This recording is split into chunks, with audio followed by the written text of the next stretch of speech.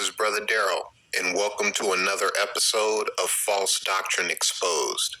Today, we'll be dismantling the 12 tribes chart that is being used by these alphabet camps to identify the children of Israel.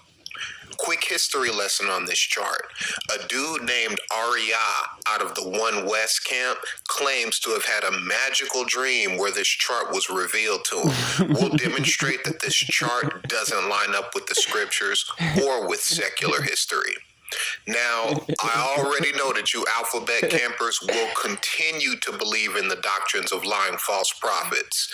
That's what you guys do. You worship and readily follow men.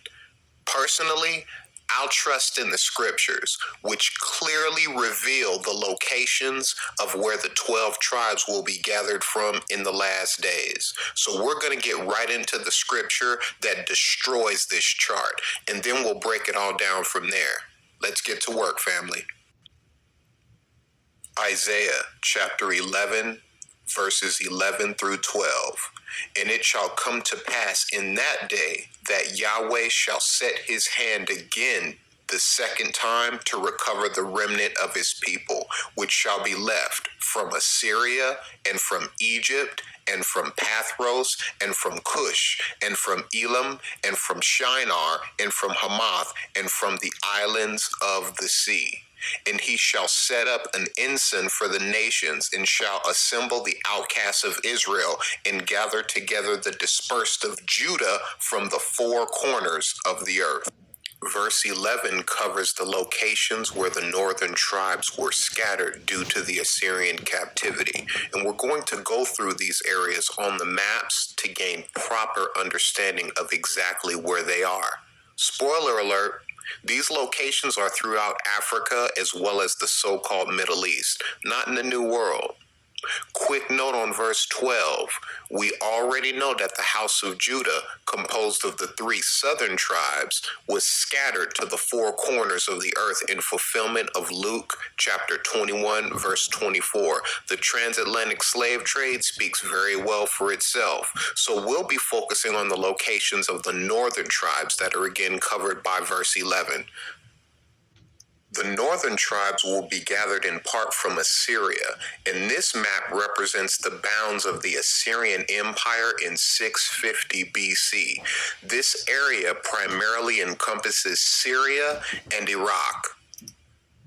This is a picture of so-called Afro-Iraqis. These are clearly Negroes, and they're exactly where they're supposed to be according to the prophecy.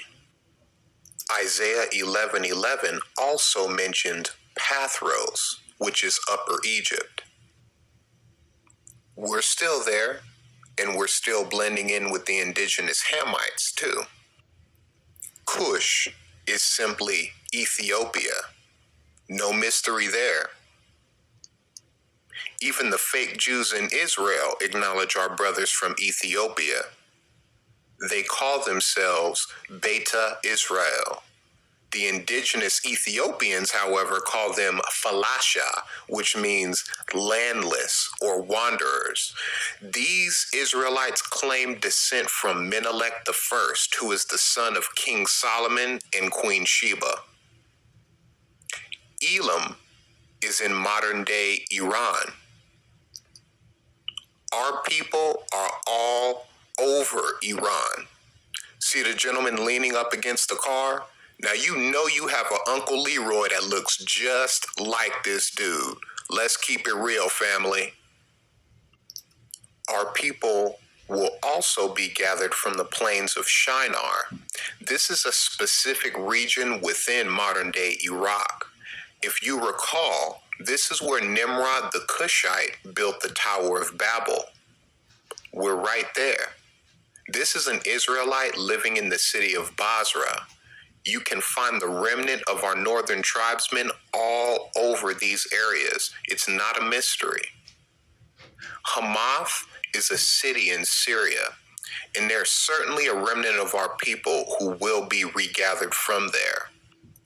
I'd like to move on to a slightly more controversial topic. That topic being the last portion of the verse in Isaiah 11:11, which makes mention of our brethren who will be regathered from the islands of the sea. This is referring to the Mediterranean Sea. Now let's think about this logically. Israel is located right on the Mediterranean, and our people had several colonies throughout northern Africa due to the dispersion. The Bible specifically mentions Simon of Cyrene, who was compelled to assist Yeshua in the carrying of the stake of his crucifixion. Well, Cyrene is modern-day Libya. We always have had a strong presence in the Mediterranean as a people, and throughout our history, we have scattered to various islands throughout the area. Cyprus, in particular, has a history of slave trading under the Ottoman Empire. This is Melis Redif, a sprinter, a so-called Turkish Cypriot. Melis is a native of northern Cyprus. She probably looks familiar to you. Our people are literally everywhere, including the islands of the Mediterranean, just like the prophecy indicates. Let's move forward. Sicily has an interesting history. It's located right there next to Italy. It looks like the little rock that the boot of Italy is kicking. It's very telling, by the way. Now, from 900 to 1100 AD, it was ruled by the Moors. Many of these so-called Moors were in fact Israelites. While I'm pretty sure that many people would debate me on this topic, you can look into the so-called Marranos of Spain and learn the truth. They were Israelites who practiced Islam. They also left quite a mark on Sicily. Our ancestors would have called these folks Mamzers, half-breeds. Sicilians have a history of being looked down upon by mainland Italians. Gee, I wonder why. Another key precept in understanding where the northern tribes are located lies in Zephaniah chapter 3, verse 10. From beyond the rivers of Ethiopia, my suppliants, even the daughter of my dispersed, shall bring mine offering. The word suppliants simply means servant. Don't let the fancy language fool you, family. Now, beyond the rivers of Ethiopia refers to the interiors of Africa. 2 Esdras, chapter 13, verses 40 through 45. Those are the 10 tribes which were carried away prisoners out of their own land in the time of Hoshea the king, whom Salmanasar, the king of Assyria, led away captive, and he carried them over the waters, and so came they into another land. But they took this counsel among themselves, that they would leave the multitude of the heathen and go forth into a further country where never mankind dwelt, that they might there keep their statutes, which they never kept in their own land.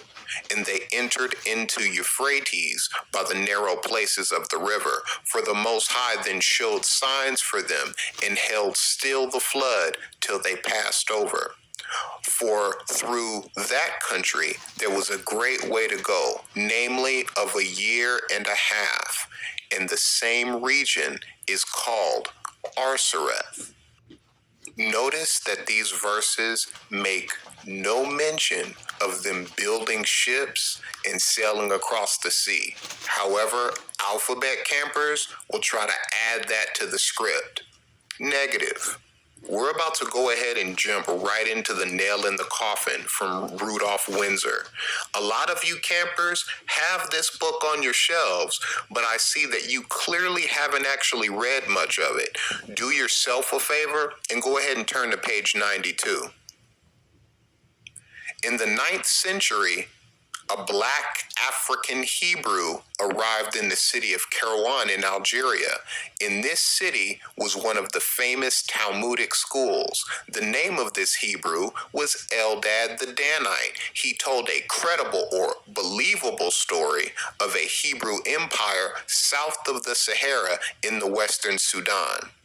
According to Eldad the Danite, the Hebrews in the interior of Africa spoke a Phoenician Hebraic language mixed with Arabic. They had a religion which had come down from Moses and a Hebrew emperor. It was believed that this emperor was named Tlutan or Balutan. Eldad said that the people of this tribe had fled from the kingdom of Israel, the northern tribes, after Sennacherib the Assyrian had subdued it, and that other Israelite tribes such as Naphtali, Gad, and Asher were in the land from which he came. Do you catch that? Eldad the Danite literally tells you that the northern tribes are in the interiors of Africa, not in the Americas. Let Ariab tell it though. Now, if you know anything about the Limba tribe of South Africa, then you'll know that their oral history tells the story of them fleeing the Assyrian captivity and migrating down to Yemen and ultimately to South Africa before settling there. In other words, the Limba are descendants of the northern tribes, the house of Israel. These scholarly accounts cast a lot of doubt on the validity of this 12 tribes chart. It's definitely starting to look like some nonsense that an overly stimulated camp leader made up to impress his followers. Or maybe he had what Brother Jacob over in the STL might call a ragu vision. I think it's time to drop it, guys.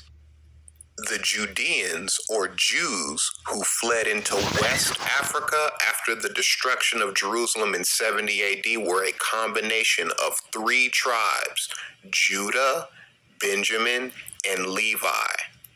To argue that each tribe was separated out and sent to a specific geographical location in the Americas is very ignorant. The slavers didn't stop and ask each slave, "I say, what tribe are you from?" before loading them onto a boat. That's nonsense, and you look extremely ignorant when you push this chart. The Jews of West Africa were loaded onto slave ships, and they were cast out into the four corners in fulfillment of the prophecy in the Song of Moses. The Song of Moses, Deuteronomy 32, verse 26. I said I would scatter them into corners. I would make the remembrance of them to cease from among men. And this dovetails with Isaiah 11 and 12, which reads, "And he shall set up an ensign for the nations, and shall assemble the outcasts of Israel, and gather together the dispersed of Judah from the four corners of the earth." Only the house of Judah, the southern kingdom, was scattered to the four corners. This is further confirmed by a third prophecy, which was pronounced by the Messiah himself. Luke chapter 21, verse 24. "And they, being the Judeans, shall fall by the edge of the sword, and shall be led away captive into all nations, and Jerusalem shall be trodden down of the Gentiles until the times of the Gentiles be fulfilled." Only the Jews were led away captive into all nations. The northern tribes had already been scattered into all of the regions mentioned in Isaiah 11 and 11. That's why only the house of Judah will be regathered from the four corners. All of the so-called Negroes that stepped onto those slave ships came from an admixture of the three Judean tribes who had made a home in West Africa after Jerusalem was destroyed in 70 AD. American Negroes are of the Judean tribes. We're a mixture of the three southern tribes, and you don't know whether you are from Judah, Benjamin, or Levi, so stop pretending like you do. Our brothers in Jamaica are in the exact same boat. Pun intended. Haitians are Jews. There is no way you could possibly know that their bloodlines are limited solely to the tribe of Levi. You're all just parroting Aria's crazy doctrine. The truth is, there are Israelites in Puerto Rico. However, they are the Afro-Puerto Ricans, and they're Jews, descendants of the transatlantic slave trade. They're not Ephraimites. Here's a very inconvenient factoid for your little 12 tribes chart. Over 75% of Puerto Ricans self-identify as white. So according to your absurd camp doctrines, which say that the so-called white man is Esau, you have Esau right here in your camp claiming to be Ephraim. Do you have any idea how ignorant you campers sound?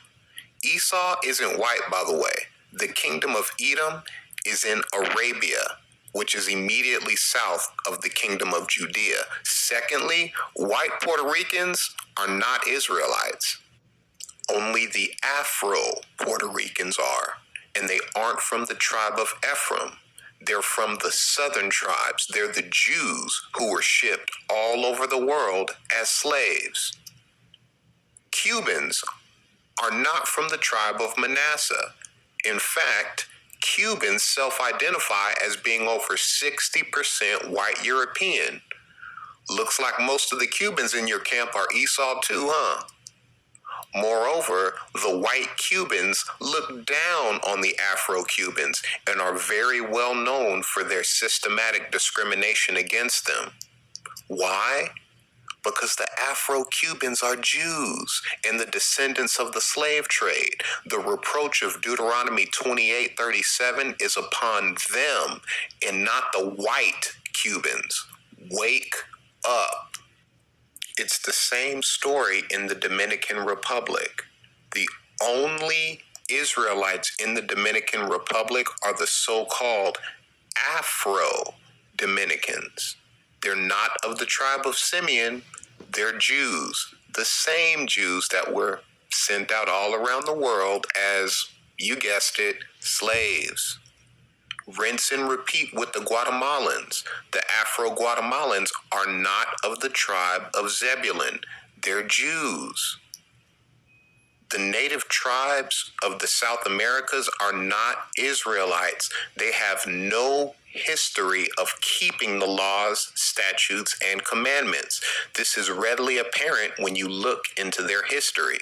See the facial tattoos on this woman? That's a clear violation of Leviticus 19:28. According to 2 Esdras 13 and 42, the scattered northern tribes would be keeping the laws until the last days. You know, like the Limba in South Africa do. The native tribes in South America are heathens, not Israelites. Only ignorant people believe in these silly 12 tribes charts. Let's continue.